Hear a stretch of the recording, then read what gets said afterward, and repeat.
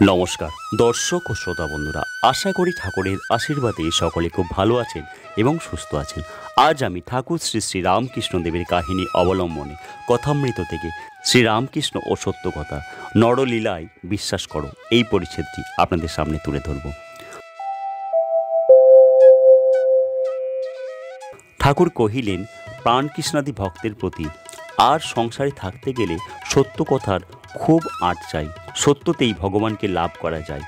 আমার সত্য কথার আঁট এখন তবু একটু কমেছে, আগে ভারী আঁট ছিল। যদি বলতুম নাইব গঙ্গায় নামা হলো, মন্ত্রোচ্চারণ হলো, মাথায় একটু জলও দিলুম, তবু সন্দেহ হলো, বুঝি পুরো নামা হলো না। অমুক জায়গায় হাঁকতে যাব, তা সেখানেই যেতে হবে। রামের বাড়ি গেলুম কলকাতায়, বলে ফেলেছি লুচি খাবো না। যখন খেতে দিলে তখন আবার খিদে পেয়েছে, কিন্তু লুচি খাবো না বলেছি, তখন মেঠাই দিয়ে পেট ভরাই। সকলে হাসলেন।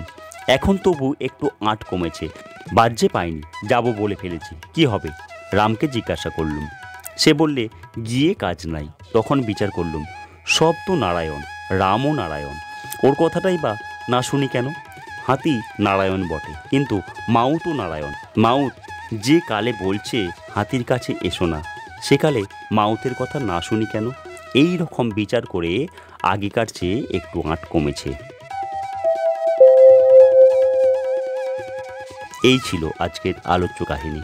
আজকের এই ভিডিওটি যদি আপনাদের ভালো লেগে থাকে তাহলে অবশ্যই অনুরোধ করব, ভিডিওর নিচে কমেন্ট বক্সে ছোট্ট করে একটি কমেন্ট এবং লাইক অবশ্যই করে যাবেন।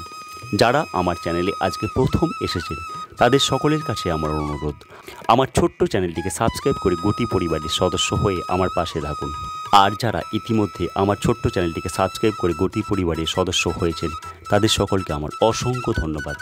ঠাকুরের আশীর্বাদে সকলে খুব ভালো থাকবেন, সুস্থ থাকবেন ও আনন্দে থাকবেন, এই শুভকামনা নিয়ে আজকের মতো এখানে শেষ করছি। ভিডিওটি সম্পূর্ণ দেখার জন্য অসংখ্য ধন্যবাদ।